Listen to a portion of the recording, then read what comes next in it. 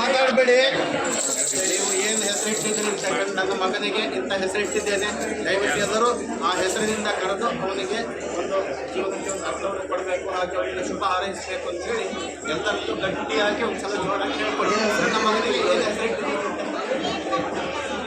ನನ್ನ ಮಗನ ಹೆಸರು ಅದ್ವೈತ್ ಕಶ್ಯಪ್.